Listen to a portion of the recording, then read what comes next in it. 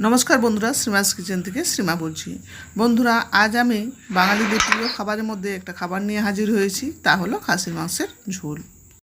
খাসির মাংসের ঝোল অনেকে অনেকভাবে বানিয়ে থাকেন, কিন্তু আমি যেভাবে ঘরোয়া উপকরণ দিয়ে রান্না করব, টেস্ট হবে অপূর্ব। আর সবাই চেটেপুটে দুমুঠো ভাত বেশিই খাবে।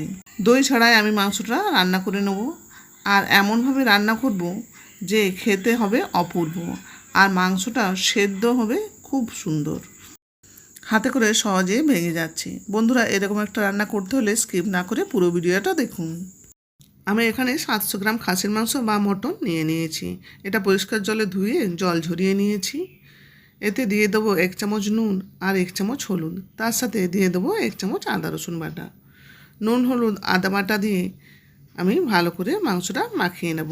আপনারা চাইলেও একটু সরষের তেল দিয়ে নিতে পারেন। দই না দিয়ে আজ আমি মাংসটা রান্না করে নেব, কিন্তু গ্রেভিও হবে খুব ভালো, মাংসটা সেদ্ধও হবে। দেখুন, মাংসের মশলা আমার মাখানো হয়ে গিয়েছে। এবার আধ ঘন্টার জন্য ঢাকা দিয়ে রেখে দেবো। গ্যাসে করে চাপিয়ে আমি সরষের তেল দিয়ে দিয়েছি। খাসির মাংসে পাতলা ঝোল আর আলু থাকবে না তা তো হয় না, তাই কয়েকটা আলু হাফ করে কেটে হালকা হলুদ দিয়ে ভেজে নেব। আলু যদি ভাজা হয় তাহলে আলুগুলো মাংসের ঝোলে খেতে খুব ভালো লাগবে। দেখুন, আমার ভাজা হয়ে গেছে। এবার এটা অন্য পাত্রে তুলে নেব। সেই কড়াইয়ে আর একটু তেল দিয়ে দিলাম, আর দিয়ে দেবো 1 চামচ চিনি। এতে আমার ক্যারামেলের কালারটা হবে এবং খুব ভালো হবে কালারটা মাংসের ঝোলে। দিয়ে দেবো তেজপাতা আর কয়েকটা গোটা গরম মশলা। ক্যারামেলটা তৈরি হলে দিয়ে দেবো পেঁয়াজ কুচি। এখানে আমি 4টা মিডিয়াম সাইজে পেঁয়াজ নিয়েছি কুচি করে কেটে। একদিকে পেঁয়াজ ভাজা হোক, অন্যদিকে আমি টমেটো পেস্টটা তৈরি করে নেব। তার জন্য আমি নিয়েছি 2টো টমেটো আর কয়েকটা কাঁচা লঙ্কা। এখানে আমি কাঁচা লঙ্কার ঝাল ব্যবহার করছি, আপনারা চাইলেও শুকনো লঙ্কা ব্যবহার করতে পারেন। দেখুন, পেঁয়াজটা অনেকটাই আমি ভেজে নিয়েছি। এবার দিয়ে দেবো 1.5 চামচের মতো আদা রসুন বাটা। আগে আমি মাংসের সাথে 1 চামচ আদা রসুন বাটা দিয়েছিলাম। এবার দিয়ে দেবো লবণ। লবণটা আপনারা পরিমাণ বুঝে দেবেন। আর দিয়ে দেবো 1 চামচ হলুদ। দেবো 1 চামচ ধনে গুঁড়ো, 1 চামচ জিরে গুঁড়ো আর 1 চামচ মিক্সচার মশলা দিয়ে দেবো। দিয়ে দেবো 1 চামচ কাশ্মীরি লঙ্কার গুঁড়ো। এটা আমি কালারের জন্য দিয়ে দিলাম। সাথে দিয়ে দিলাম 1 চামচ ঘি। এটা মাংস কষার সময়ও দিলেও হবে, আমি এখনই দিয়ে দিলাম।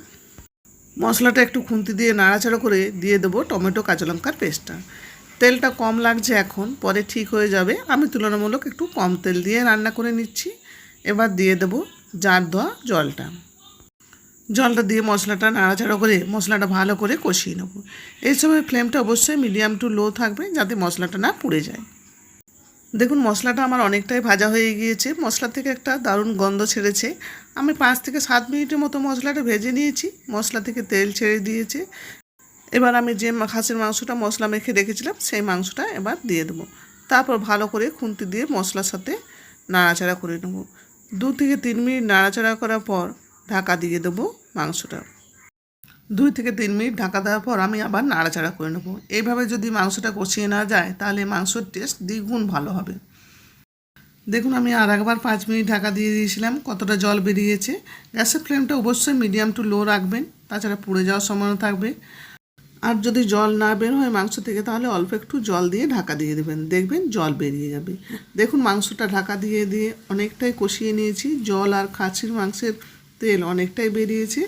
এবার একটু নাড়াচাড়া করে ভাজা আলুগুলো দিয়ে দেবো। ভাজা আলুগুলো দিয়ে এবার ঢাকা না দিয়ে নাড়াচাড়া করে নেবো, যাতে আলুটা মশলার সাথে ভালো করে ভাজা যায় আর জলটা কমে যায়। নতুন বন্ধুরা আমার চ্যানেলে প্রথম ভিডিও দেখছেন, ভিডিওটি ভালো লাগলে চ্যানেলটি সাবস্ক্রাইব করে আমার পাশে থাকবেন। আর সাবস্ক্রাইব করার সাথে সাথে পাশে থাকা বেল বাটনটি অন করে দেবেন, তাহলে নতুন ভিডিও আপলোড করলে নোটিফিকেশান পৌঁছে যাবে সবার আগে আপনাদের কাছে। মাংসটা আলুর সাথে ভালো করে কষিয়ে নিয়েছি। এবার চর্বি যারা খেতে পছন্দ করেন, আলাদা করে বাটিতে তুলে রাখবেন। প্রেসার কুকারে যদি দেওয়া হয় তাহলে চর্বিটা গলে যাবে। প্রেসার কুকারে মাংসটা দিয়ে দেবো সেদ্ধ হওয়ার জন্য। কড়াইয়ে রান্না করতে গেলে অনেকক্ষণ সময় লাগবে আপনাদের, তাই প্রেসার কুকারে দিয়ে দেবো। দেখুন, আমি প্রেসার কুকারে দিয়ে দিয়েছি। প্রেসার কুকারে এবার দিয়ে দেবো জল। জলটা অবশ্যই আপনারা গরম জল দেবেন, এতে মাংসটা খেতে টেস্ট হবে।